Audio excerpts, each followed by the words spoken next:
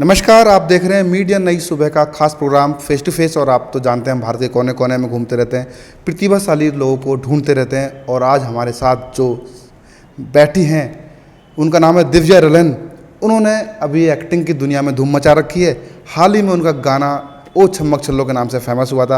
उनसे जानेंगे उन्होंने अपने इस कैरियर की शुरुआत कैसे की, मॉडलिंग में कैसे आए, एक्टिंग में कैसे आए, डांसिंग में कैसे आए। बहुत सारे सवालों का जवाब जानेंगे। दिव्या जी, आपका स्वागत है। Thank you so much. बहुत अच्छा लग रहा है आज आपके साथ यहाँ बैठ के बात करने में। मुझे उम्मीद है बहुत मज़ा आएगा। जी दिव्या जी, हम जानना चाहेंगे, दर्शक जानना चाहेंगे, जैसे कि आपका नाम है दिव्या रलन और आपने शुरुआत इस लाइन में कैसे सोचा, पढ़ाई कहाँ तक की और मम्मी पापा कहाँ रहते हैं, कहाँ के रहने वाले हैं आप? जी मेरा नाम है दिव्या रलन। मैं रहने वाली हूँ दिल्ली की ही बचपन से। Like I was born and bought up in Delhi only. मैं बेसिकली पंजाबी हूँ, लेकिन क्योंकि रही दिल्ली में हूँ तो थोड़ा हाथ पैर टाइट है मेरे पंजाबी में, लेकिन I can understand Punjabi well. जहाँ तक बात है मेरी पढ़ाई की, मैं आई एम एन MBA। मैंने मार्केटिंग में MBA किया है। एंड अच्छी बात ये है कि मैं जब पढ़ रही थी मैं तभी ज़ेनिथ में आ गई थी।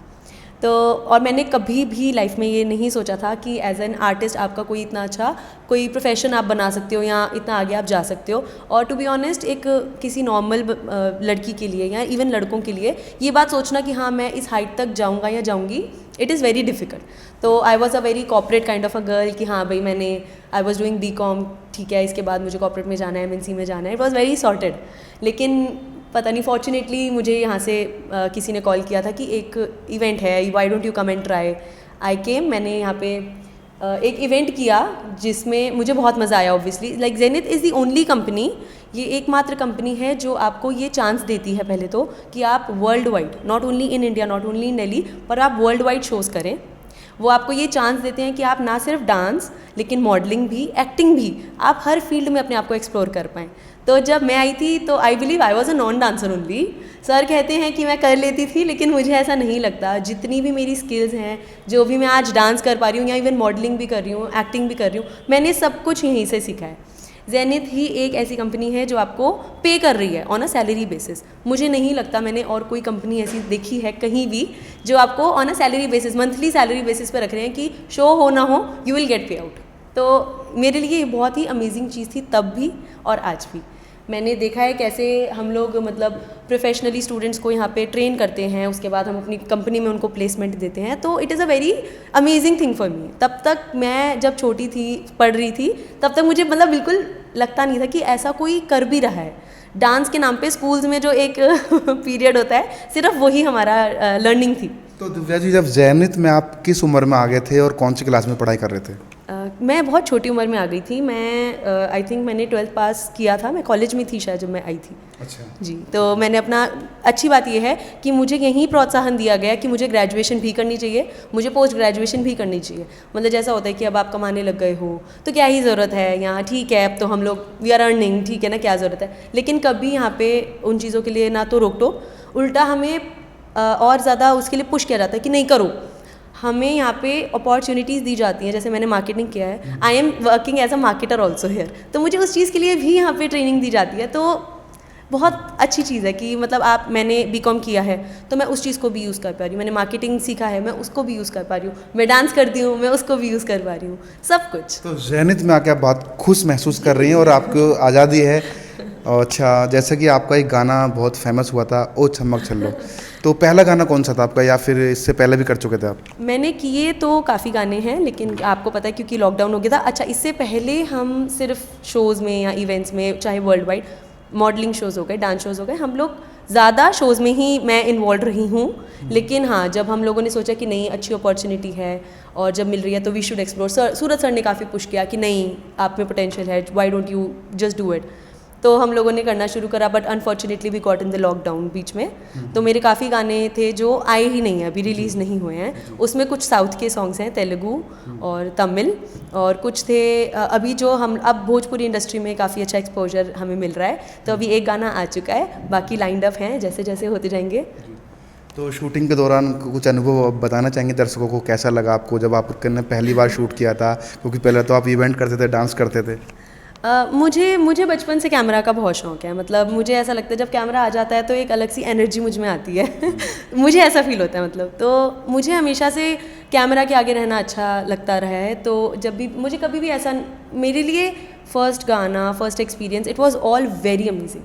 जब कैमरा होता है तो मुझे ऐसा लगता है कि हाँ बस अब मैं हूँ, this is my chance now. अच्छा, मम्मी पापा हमेशा आप जब मॉडलिंग में आ गए, डांसिंग में आ गए, तो उन्होंने आपका सपोर्ट ही किया? मेरे लिए ये ब्लेसिंग है कि मेरे पेरेंट्स, मेरी फैमिली, मतलब like I have my mother, father, sister and brother, so we are a full family, और वो सारे बहुत सपोर्टिव हैं, बहुत सपोर्टिव। अच्छा दिव्या, अभी कहाँ तक पहुँचने का सपना है, क्या करना चाहते हैं? देखिए, वैसे तो मुझे ऐसा लगता है कि जो मेरी बागडोर है वो अभी भी कंपनी के सूरज सर के हाथ में है, और आई फुल्ली ट्रस्ट देम, तो मुझे बिल्कुल इस चीज़ की कोई टेंशन या वरी नहीं करती मैं। लेकिन हाँ, अगर आप पूछें तो आगे अभी कुछ गाने लाइंड अप हैं, कुछ वेब सीरीज़ या मूवीज़ की भी बातें चल रही हैं, तो जैसा भगवान चाहेंगे, जैसा लिखा होगा वो बिल्कुल होगा। तो आप जो लोग जैसे कि इस लाइन में जो आगे बढ़ना चाहते हैं, इस फील्ड में आना चाहते हैं, तो बहुत सारी लड़कियां लड़के तैयारी कर रहे होते हैं, तो उनको क्या अनुभव बताना चाहेंगी कि आप इस लाइन में भी आगे बढ़ के कितना सक्सेस हो सकते हैं, सफल हो सकते हैं? अपना एक्सपीरियंस कैसे बताना चाहेंगे आप? मैं सबसे पहले तो ये बोलूँगी कि अगर आप कुछ भी करना चाहते हैं तो उसमें आपका पैशन होना चाहिए। कभी कभी क्या होता है कि मैंने सोचा कि मैं ऐसा करूँगी और मुझे ये मिलेगा, ज़रूरी नहीं है कि वैसा हो, जो होगा होगा अच्छा, लेकिन आपको पहले अपने ऊपर और फिर थोड़ा सिचुएशन के ऊपर भरोसा रखना ज़रूरी है। पेशेंस होना बहुत ज़रूरी है। ऐसा नहीं है कि मैं एक गाना करूँगी और मैं फेमस हो जाऊँगी, ऐसा नहीं होता। तो यूथ में आज के टाइम में मुझे लगता है पेशेंस हम में थोड़े कम है, तो have patience and trust yourself.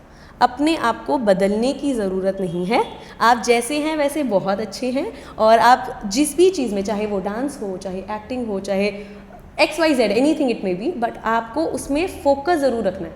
ये सोचे बिना कि मुझे पैसा कितना मिल रहा है, ये सोचे बिना कि मेरी ग्रोथ कितनी हो रही है, ये सोचे बिना कि मैं क्यों कर रहा हूँ, क्या कर रहा हूँ, आपको अपने काम को अपना 100% देना ही पड़ेगा।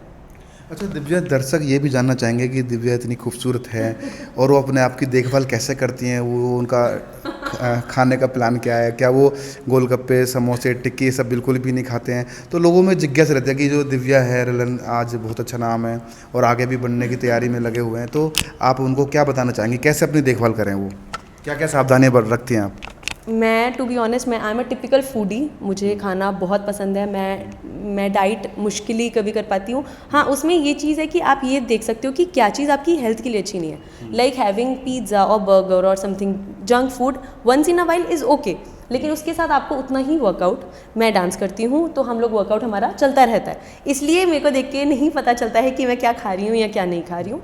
ऑल्सो आपको अपनी डाइट में जंक के साथ अच्छी चीज़ें ऐड करनी ही पड़ेंगी, लाइक फ्रूट्स, ग्रीन टी या नॉर्मल जितना भी आप लोग लेते हो। ऐसा कुछ नहीं है कि भाई मैं मतलब हम खाए जा रहे हैं और हमारा कोई वर्कआउट नहीं है, या हमने अपनी डाइट पे हमारी जगह पे आज आना चाहते हैं। तो हम लोग जेनिथ के प्रोफेशनल कोर्सेज ऑफर करते हैं। अगर आप हमारे स्टूडेंट बन जाएंगे तो हम लोग प्लेसमेंट गारंटी देते हैं। अगर आपको लगता है कि नहीं, I am already a dancer, मैं सच में अच्छा ही करता हूँ, तो आप यहाँ पे आके ऑडिशन भी दे सकते हैं। It's very easy. अच्छा दिव्या, अब हम बात करेंगे आपके जो अभी गाना रिलीज हुआ है ओ छम्मक छल्लो जी, उसके बारे में। तो आपके जो अपोजिट थे वो हीरो कौन थे? और राकेश मिश्रा जी थे। अच्छा, राकेश मिश्रा जी मतलब भोजपुरी इंडस्ट्री में काफ़ी एक नोन नेम है, और उनके साथ भी काफ़ी अच्छा एक्सपीरियंस रहा मेरा। He is very good to work with, very easy, कुछ ऐसा स्टारडम वाला एटीट्यूड या कुछ नहीं, बहुत अच्छे से उन्होंने कराया। He was very helpful on the set also. मुझे सब भोजपुरी समझ जैसे नहीं आ रहे थे कुछ शब्द, तो he was like okay wait, पहले मैंने समझाता था, देखो इसमें ये बोल रही है। तो it was a very good experience for me.